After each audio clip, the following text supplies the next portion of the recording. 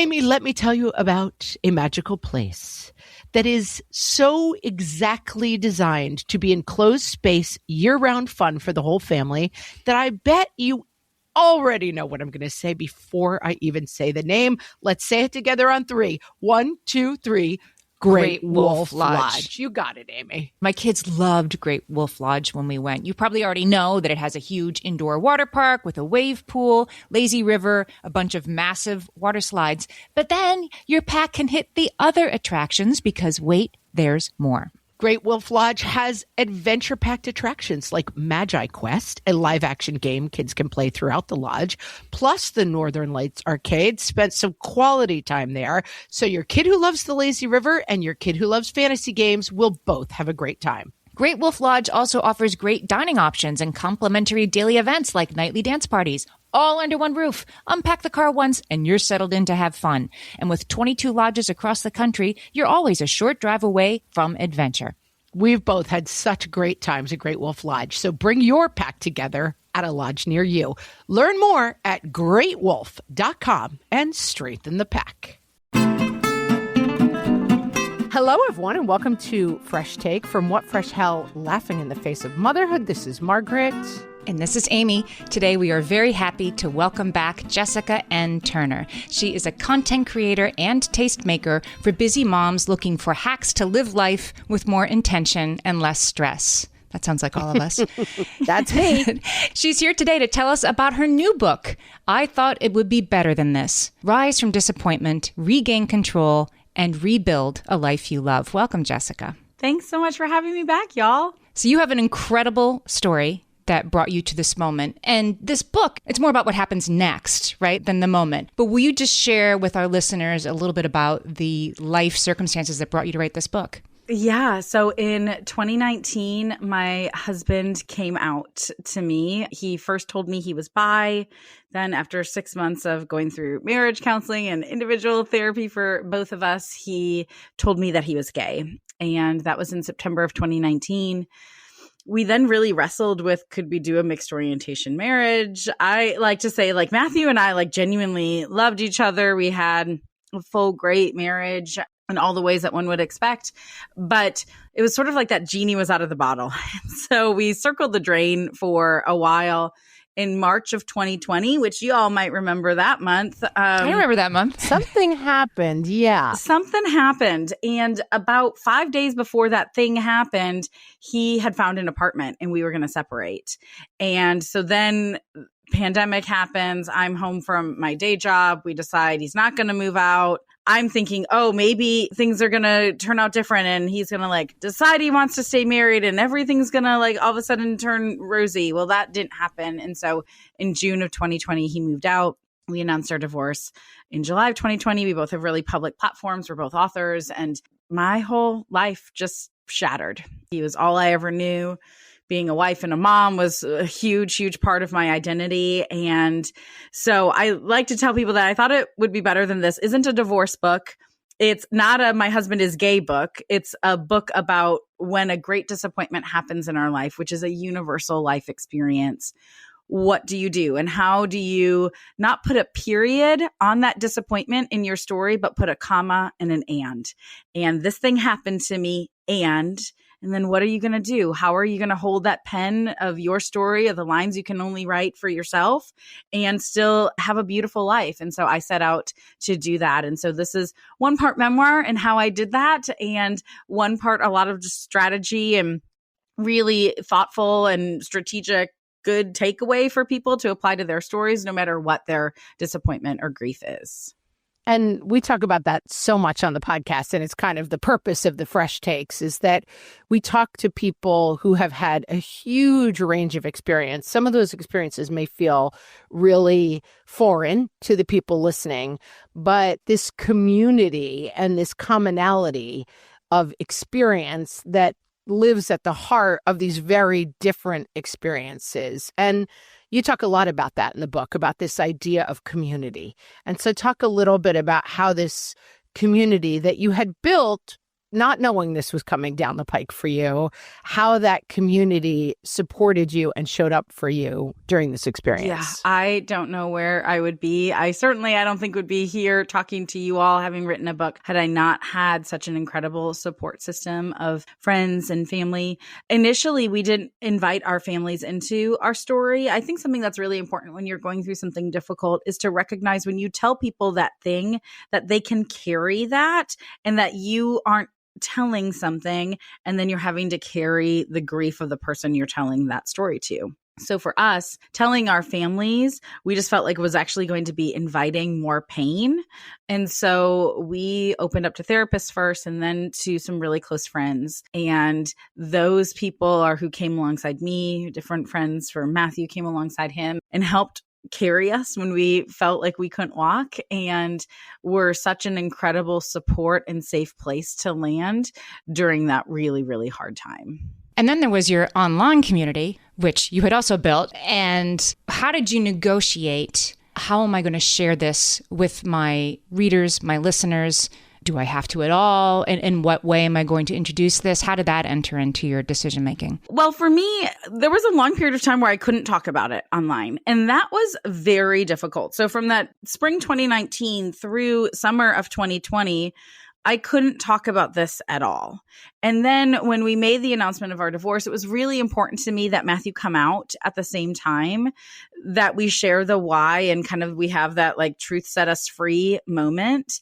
And that was something that he was really apprehensive of at first for a lot of reasons. And it was very, very important to me. And so he agreed to doing that. And so initially, even after he came out, I felt like I couldn't really talk a lot about my grief and suffering in it, because if I did that, it would somehow look like I wasn't being supportive of him, even though that was not true, right? We can hold two different things. We can be very happy about one thing and be very sad about another. And in my case, that was it. I was happy for Matthew to speak his truth, live himself fully as he was created to be. And it wrecked me in every way possible and caused a lot of trauma. And it took a while. I don't even know that I've really started using the word trauma publicly until I've talked about this book, even though that is, in fact, what I went through. But I slowly did start talking about first the idea of not being with my kids 24/7 and being lonely and missing things, anniversaries, random Tuesdays where I was sad. I was really careful, though, to rarely write in the moment.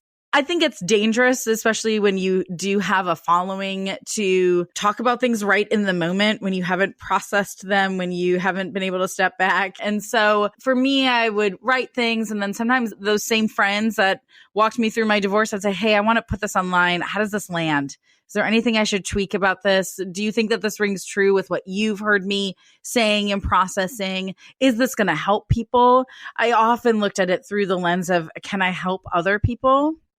I think to whom much is given, much is required. And so for me, having this platform and walking through this really hard thing, I thought over and over and over again, it's the whole reason why I wrote the book. If my story can help somebody else be vulnerable and live a more whole, healthy, happy life, then I'm willing to do that, even at the sake of something being really hard for me to say publicly. And I think that universality comes as we talk mostly to moms, that experience that we've all had, that we're struggling with a child, or a child is struggling with something that feels foreign to us, or that feels different than the path that we were going to be on, that to talk about it feels like, well, you don't like your kid, you don't support your kid because you're being negative somehow about this fork in a road that you did not see coming. And walking that balance is an experience that I think all moms have had also with their children, whether it's, I really wanted to be a ballet mom and have my kid do ballet and they hate dancing,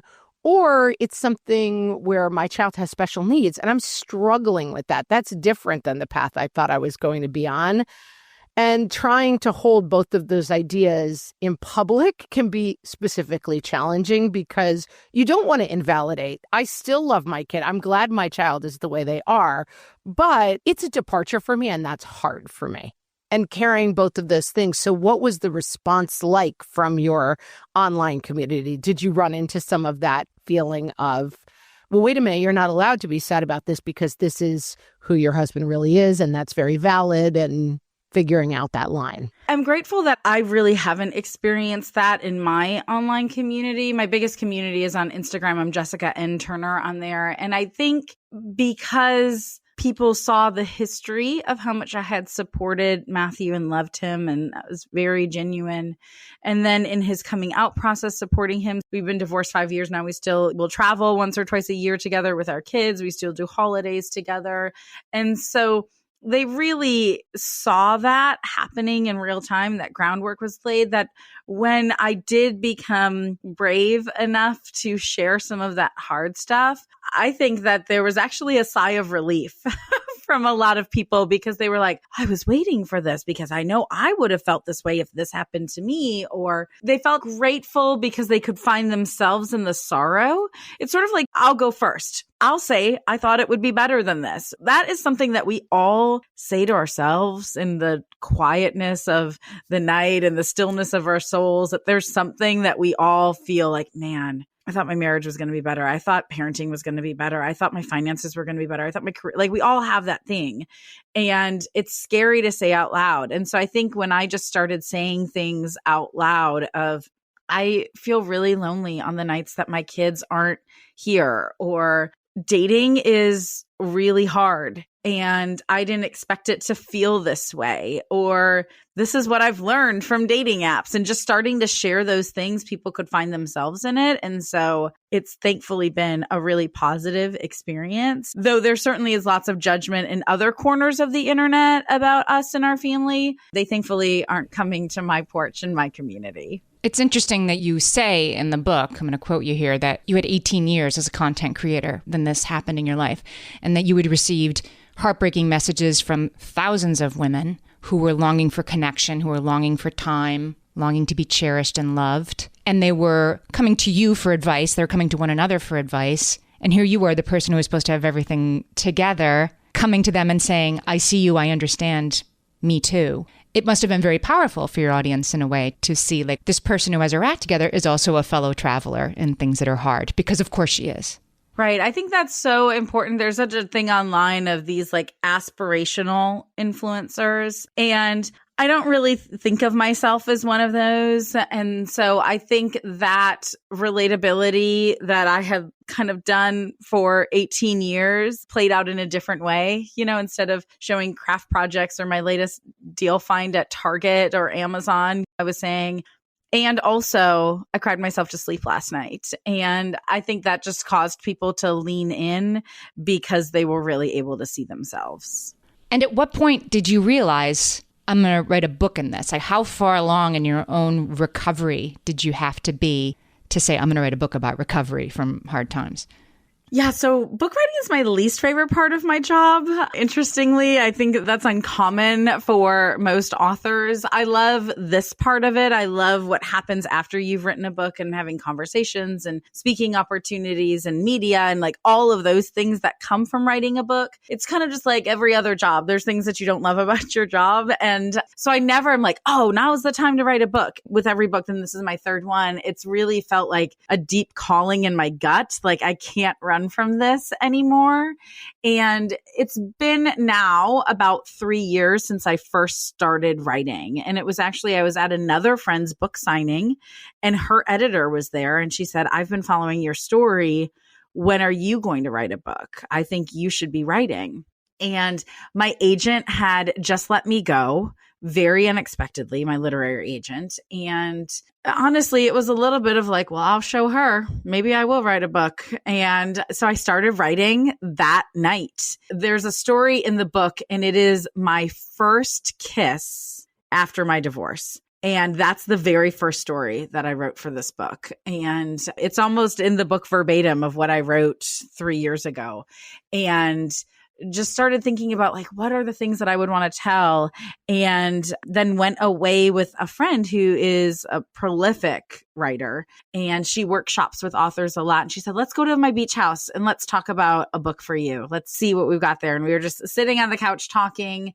And I was saying all these different things of what I thought I could write. And I just said, you know, I just thought it would be better than this. And she was There like, you go. that's your book. And there it was. There it is. There it is. And it really felt like one of those lightning moments right to my core that I was like, okay. And then I wrote the proposal and wanted to live life. It was still another year from the time the book was signed till I really wrote the bulk of the book, because I really wanted to feel fully whole and confident and competent to be able to write this. And you know this from writing books. It's a long time from when you write the book to when you record the audiobook.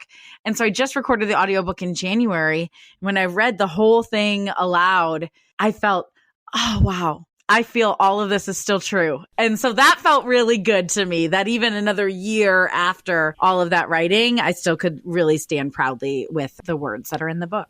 We're talking to Jessica N. Turner. Her new book is I Thought It Would Be Better Than This. We're going to talk about what this means when we get back. Hellions, it's time for some spring cleaning, and I don't just mean the coat closets. Doing your financial spring cleaning can actually be super easy when you let Monarch do your financial spring cleaning for you. One dashboard that gets your entire financial life organized. No more clutter, no more mess, no more logins scattered everywhere, just accounts, investments, property, and more, all in one place. Get your first year of Monarch for half off, just $50 with promo code FRESH. Monarch allows you to look not only at what you've already spent, but also to plan for the future. With Monarch, you can set savings goals, plan for big purchases, and notice spending trends before they become a problem. I can generate cash flow reports that show me what we spent this quarter, this month, what we're probably going to spend next month, and feel prepared, organized, and knowing how to plan for the future. No more surprises and a lot more clarity. Try Monarch. Use code FRESH at monarch.com to get your first year half off at just $50. That's 50% off your first year at monarch.com with code FRESH. My favorite skincare products actually feel more like self-care, like they're so nice to put on and they smell so good that I'm actually happy when I get to that part of my day. And I swear that is how I feel about Osea's anti-aging body balm. Amy, you are usually the lotions and potions queen on this podcast, but I have to say, hard agree. Osea's anti-aging body balm is a liquid silk body balm that combines the lasting hydration of a lotion with the firming power of a serum, leaving skin smoother and firmer. This body balm is clinically tested and designed to deliver visible results you can see and feel. So we've gotten to use this product for a couple of months now, and I swear I have really noticed firmer and smoother skin, like on the back of my hands. It's like getting a mini spa treatment from head to toe. Get a spring-worthy glow with clean, clinically tested skincare from Osea. And right now, we have a special discount just for our listeners. Get 10% off your first order site-wide with code FRESH at OseaMalibu.com. That's 10% off your first order with code FRESH at OSEAMalibu.com. You know that thing where you get an amazing pair of shoes at a really great price and want to tell everyone about it? Yeah, so do we. Here at Designer Shoe Warehouse, we'll give you something to brag about, like the latest styles from brands you love, or the trends everyone's obsessing over, or shoes that make you feel like, well, you. So go ahead, show off a little. Find shoes that get you at prices that get your budget. Head to your DSW store or DSW.com today. DSW, let us surprise you. So, Jessica, you say in the book, you have many strategies that you go through on how to recover from disappointments, profound changes in your life path. And the first thing you need to do is to name your this. So tell us what that means. You know, I think that the whole idea, it sounds so basic, but when you say to yourself, I thought it would be better than this, what is your this?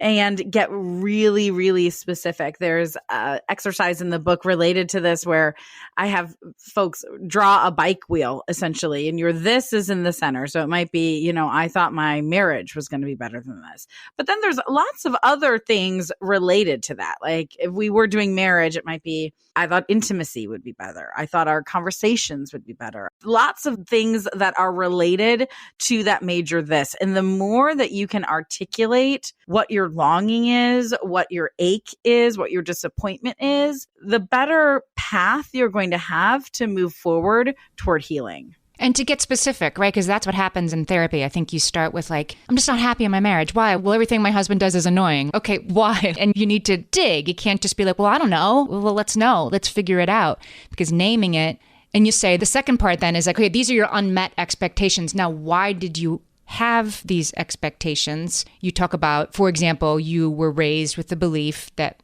marriage is forever or else you have failed, and that that's an expectation that is optional, even though it doesn't feel that way, maybe. And you brought that to this situation. So that's what you're contributing to the disappointment. Do I have that right?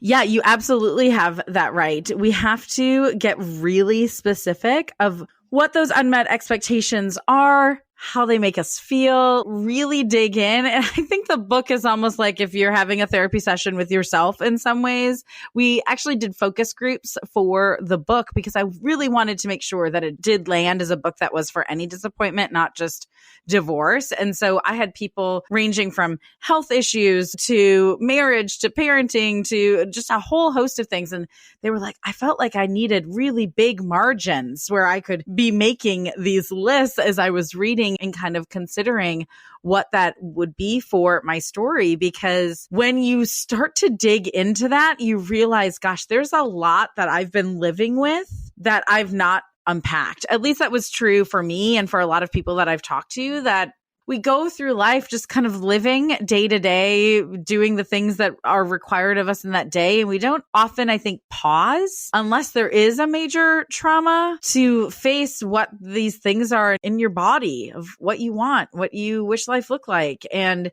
so I'm hoping that these types of prompts really help people to explore those things. And you talk about the idea of perfection, imperfect choices. I think a lot of us have this experience as mothers, as spouses, that there is perfection or failure, and that those are only two paths. But there really is a huge array in between those two choices. Yeah, I was so grateful to a friend who, when I was grappling with the idea of, do I stay in a mixed orientation marriage with a spouse who says he's gay, obviously is not attracted to me, or keep my family unit intact and do the thing that I feel like society expects us to do? And I think that the optics of Matthew's and my marriage was that we kind of had this perfect marriage and great careers and supporting one another and all of these things. But that felt hard and not really what either of us wanted, right? Or do we get divorced and then like, I don't have my kids 100% of the time, and my kids have parents living in two different houses. And what is that going to look like? Like, so much of it for me was around my kids, even more than just being alone. But also, I love being married. I love having a partner. I'm going to have to start to date again. And that feels really scary. And what if I never find a partner? All of those things. Neither of those paths sounded great to me. Listening to them, they probably don't sound great to you either, right? They were very imperfect choices. And my friend was like, sometimes, Jess, you just have to make the best imperfect choice. And that very simple statement really transformed my healing. It was like, none of these things are going to be good. What one feels like the best option to do? And it's like a choose your own adventure where you only know kind of your next couple steps. You don't know what's going to be around the bend of either of those things. And now looking back, I'm so thankful we got divorced. Matthew is so much healthier and happier. I'm so much happier. I feel like there's abundance that I've experienced in my life that I don't think I would have experienced if I had stayed married. I'm so much more aware of myself in ways that I never would have been if I had stayed married, I don't think. And though this isn't in the book, after I finished the book, I met an incredible partner and have been dating him for almost a year now. And that has just transformed so many things for me in my life that I'm so glad I made that imperfect choice of getting divorced. And I think all of those imperfect choices led to me being a better mom, a better creator, and frankly, a better human being walking around in the world. So yeah, looking at life through, okay, what's the best imperfect choice I can make right now, instead of what's the best perfect choice I can make, is really freeing. And bringing that horizon way closer to you. You also talk about, I forget if it was a therapist or a friend, a kind listener who said back to you, you don't have to worry about that yet. So don't worry about it. Here are the things you don't have to worry about yet. We're going to put them over here. We're just going to look at what's the next imperfect choice. I love you saying like bringing that horizon closer. Like that's so true. And yes, I was like, okay, well, if we get divorced, well, what is it going to look like if I get married in 5 years? She was like, Jess, like we don't have to worry about that right now. Let's just talk about like, what do you need today as you sit with the idea of we're probably getting divorced? What do you need right now? And staying really, really present. I think that's the most consistent advice I've given to people walking through divorce or any hard situation is what do you need today? Like just focus on today. We don't need to worry about something months from now. Let's just worry about today. You also talk about how this moving forward, and I think this is tied in what we were just talking about, that it's like physical therapy. Tell us about that comparison because it really landed for me. Yeah. Oh, I'm glad to hear that. Well, I was going through really terrible Achilles tendonitis and was going to physical therapy every week, sometimes twice a week. And to fix Achilles tendonitis, you literally just do the tiniest movements, like standing on your toes and bouncing up and down like an inch. It's so, so small. And as I looked around the room of other people in therapy doing all of their work were just so many small movements. And those small movements created huge change, full healing for those people. I don't have Achilles tendonitis at all anymore. And it was impossible for me to imagine that those tiny, tiny movements were going to add up to something that would be profoundly healing for me. And that's exactly what it was. And I think that is true for life. We love a metaphor, and that's a good one. That's a really good one I haven't heard before. Because you don't want to do them, right? The exercise, like they stink, they're boring. You think this couldn't possibly matter. This long walk I'm taking every morning couldn't possibly help me start over, right? This journaling isn't going to help me find a new partner. And then day by day by day, things change. Yeah, all of a sudden, life looks so different from what you imagined, good or bad, because of 1,000 small little movements. So let's talk about some of the new experiences. You talked about the first post-divorce kiss. I jotted that down. The excitement of that. Tell us about that moment and what that moment taught you. Gosh, I don't think I'll ever forget that first kiss, even though the relationship with him wasn't extremely long or anything, but it really was like that anticipation. I felt so excited. We had talked for several weeks before we met in person because I got COVID. Interestingly, it was like, it's still in kind of like the tail end of that season. And I mean, you can read it in the book, but when he pulled up, he actually came to my house. My heart was just racing. I mean, I felt like I was living a rom-com, you know, and it felt like another affirmation for me that my life was going to be okay, that like I was going to be loved again, that I was going to experience passion and desire, and frankly, things that I didn't have for a very long time in my marriage. And that I had honestly equated with there being something wrong with me. Obviously, I can objectively look back now and be like, my husband was gay. Like, there wasn't anything wrong with you, Jess, or your body. But of course, thank you, the media and everything else. Of course, that's what I went to. I didn't go to my husband being gay. I went to like, oh, my body's changed after kids and whatnot. And so that first kiss, that first like make-out session after getting divorced, you know, and starting dating was just like this whisper to my soul that like, you're going to be okay. You are not going to be alone forever. You are not going to be loveless forever. It's going to be okay. And I know that probably feels specific to people who have been divorced and dating, but I think that idea of in all of our healing journeys, that there's something that brings us hope, that is a little bit of light in our stories. And for me, it was a kiss. And for other people, it might be something different. But when we're seeking light, when we're looking for light and you're paying attention in that way, I think it just makes you open to an awareness of like, oh, this is a healing moment for me. This is something that I can grab onto that's positive in a story that has felt really hard and there has been a lot of darkness in. We're talking to Jessica N. Turner, the author of the new book, I Thought It Would Be Better Than This, and we'll be right back. All my kids learned to swim when they were little. It was super important to me that they be confident and safe in the water.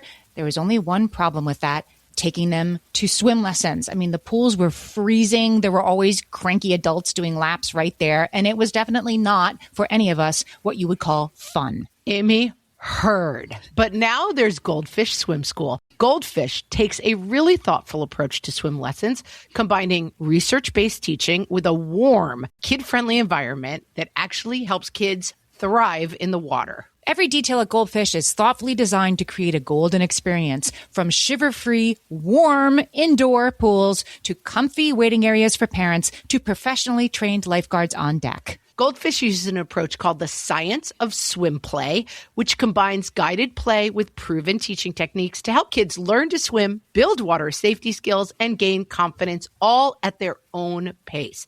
Lessons are designed to meet kids exactly where they're at. If you've been thinking about swim lessons or just wondering where to start, this is a great opportunity. Right now, Goldfish Swim School is offering a waived membership plus your child's first lesson free at participating locations. Just visit goldfishswimschool.com/free to find a location near you and enroll using promo code FREE. That's goldfishswimschool.com/free, promo code FREE. Amy, when I'm having a good hair day, it usually makes my whole day better.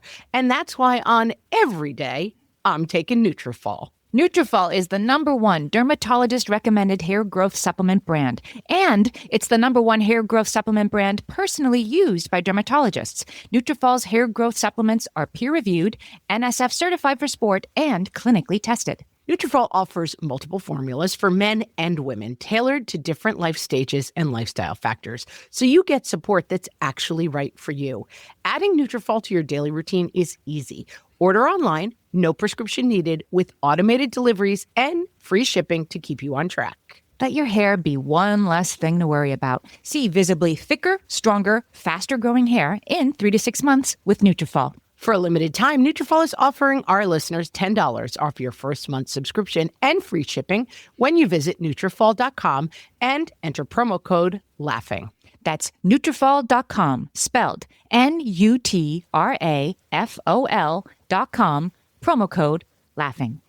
So let's talk about being brave and what you have learned about what bravery is and what you have learned about being brave. You know, I used to think that bravery was just something that was reserved for people going into war or something like that, or fighting like really quote unquote hard things, like not living in suburbia and you go through a divorce. Like you walking through that isn't like a brave thing. I think in my head wasn't the same. But actually, all of the work that I did, all of the sharing that I did publicly, all of that was very brave. And I think that there are a lot of people who would have chosen to remain angry or bitter or not fought. And even though I wasn't at war in a major, bold-faced kind of war that we think of, I had to fight and I had to make choices that were hard so that I could live a full life and not have this be this defining negative part in my story that was then going to rule the rest of my story. And I think that is brave. And I think when we choose ourselves and our health and our happiness and we say, no, I thought it would be better than this, and so I'm going to do something different, that is brave, because most people just say, I thought it would be better than this, period, and they keep doing the same thing. Right. And, right? Like that's where most of us choose to stay. And I don't think that like makes me better. I just think that was a choice I didn't want to make for myself. And I'm so thankful that I made that choice to dig into all the stuff I didn't know about myself, to heal, to learn new things that I didn't know. And all of that is brave because it is not what is the standard choice, I think. And you talk about the fact that brave isn't a destination, which I think is really important. It's not the final boss in the video game. You get brave and then everything turns out fine and it's happily ever after making a brave choice. No, we have to keep being brave. We have to keep saying hard things. We have to keep paying attention to what our bodies are feeling. It was interesting. I actually just did a trip with my boyfriend and we were having a really vulnerable conversation with one another. And we were talking about experiences that we had both had in our marriages that were causing us to make choices to make sure the other person didn't feel that way. Like, he knew that something was a trigger for me. I knew that something was a trigger for him. And I didn't want to do that. And so then I was like overcompensate. And it was like a very vulnerable brave conversation for us to have.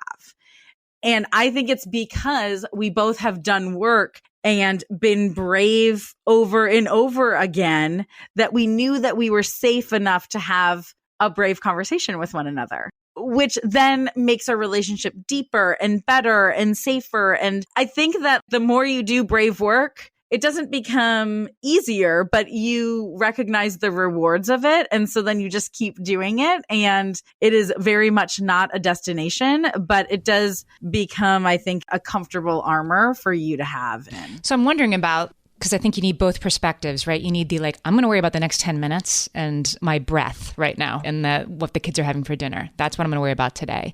And then there are points when you're like, look how far I've climbed. I just did something super hard and amazing, and I can't believe I did it. Do you continue to sort of switch back and forth in those perspectives as you heal? Is there a point where you get to do that climb and then you keep climbing, or do you sometimes need to take it really small again?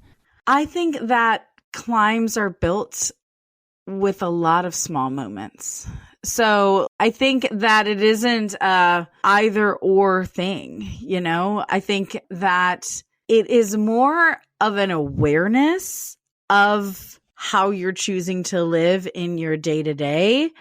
And some days are going to maybe involve harder work or climbing a little further, to use your analogy. But in my story, it's just been a lot of small things. It's been making dinner every day my kids are here and not even recognizing that it feels hard when it used to feel hard, right? Like it just happened.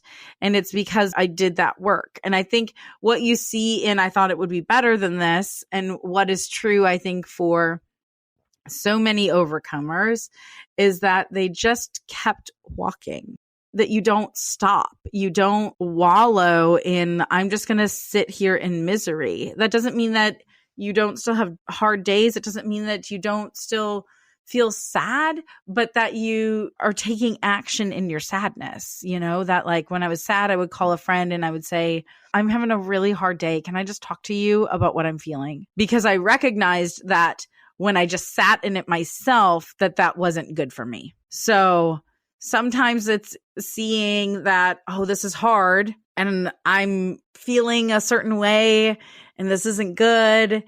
And then you take action the next time, right? And all of those things are small, but they add up to years later. You're like, oh my gosh, way to go. I'm so proud of you for taking care of yourself. I'm so proud of you for seeing yourself, even though it isn't any one thing that you did. I don't know if I answered that. That's how I feel. Yeah. Yeah, you did. No, it makes sense. It's occurring to me like the climbing is like the PT. Like I'm just doing these exercises. They're not going to lead anywhere. And then all of a sudden you're halfway up the mountain and while you've been doing little things.